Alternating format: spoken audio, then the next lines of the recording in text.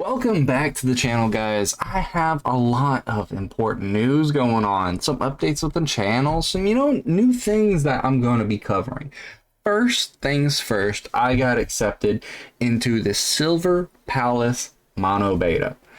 That is great. I am going to be talking about this game nonstop.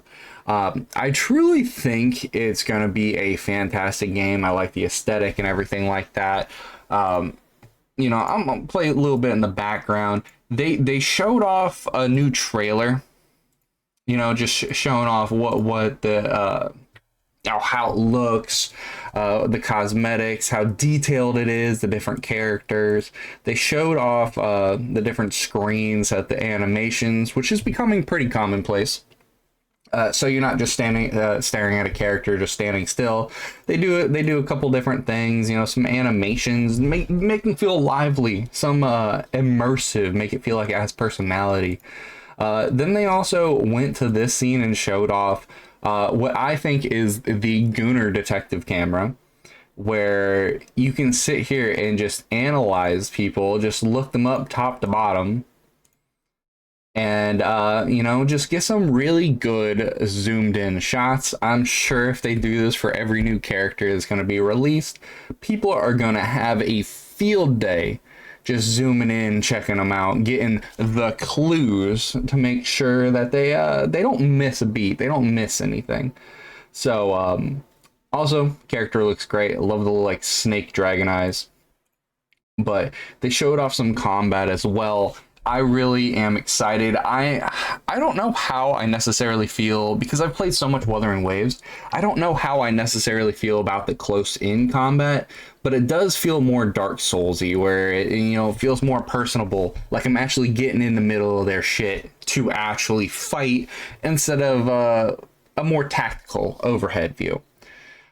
Crazy animation, by the way, but it does feel a lot more in the face, a lot more in-person kind of combat, where you're right over their shoulder with their animations instead of looking over like some kind of god.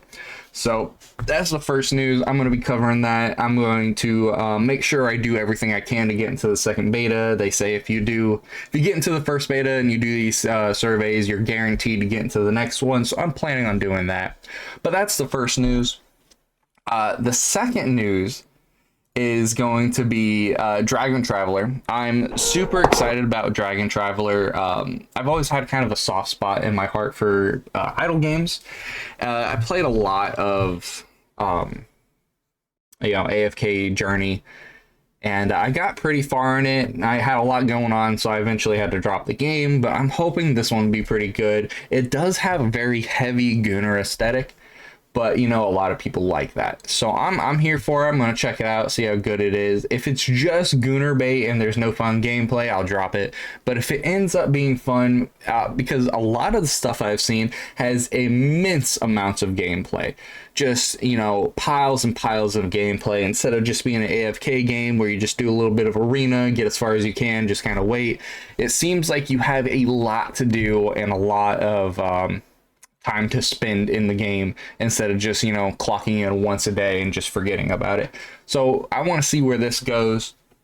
And by the way, all these things are happening on the same day. We have this releasing on that day, on the 13th, which is in a couple days. We have the beta for this releasing on the 13th, which is a couple days. And then last but not least, I am super hyped about the new character Narja that's coming out. Her live stream is also on the 13th, which is just fantastic all around.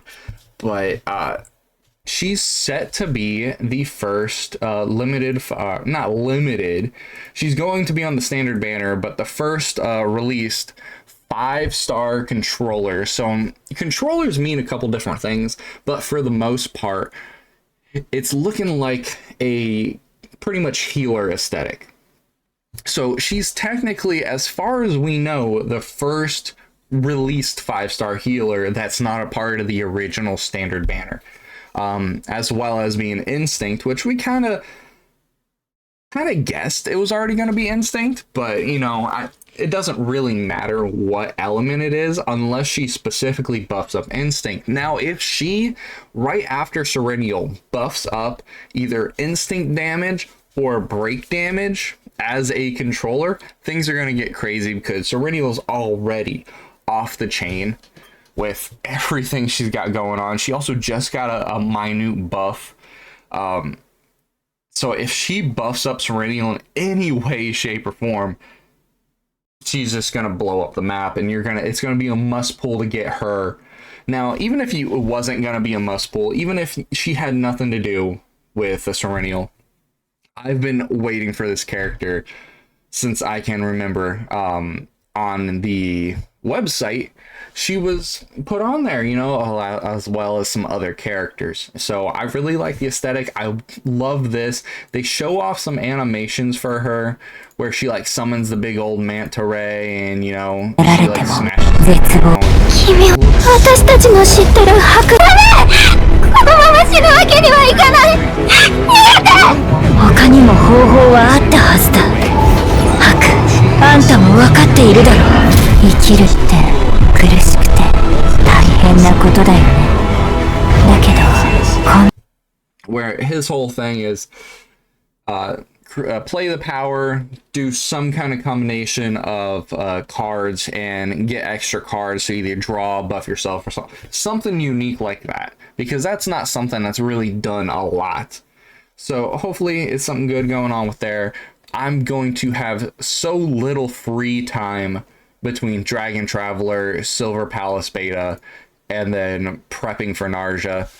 I just cannot wait, and I cannot wait to pump out all these videos to, you know, talk to people about these games, because that's really what I make this channel for, is just to talk, you know, to myself for the most part, but also to everybody who wants to listen. And I really do appreciate everybody who comments on my videos and interacts with me. But I hope you guys have a great weekend. I'll see you guys later, and have a good one. Peace.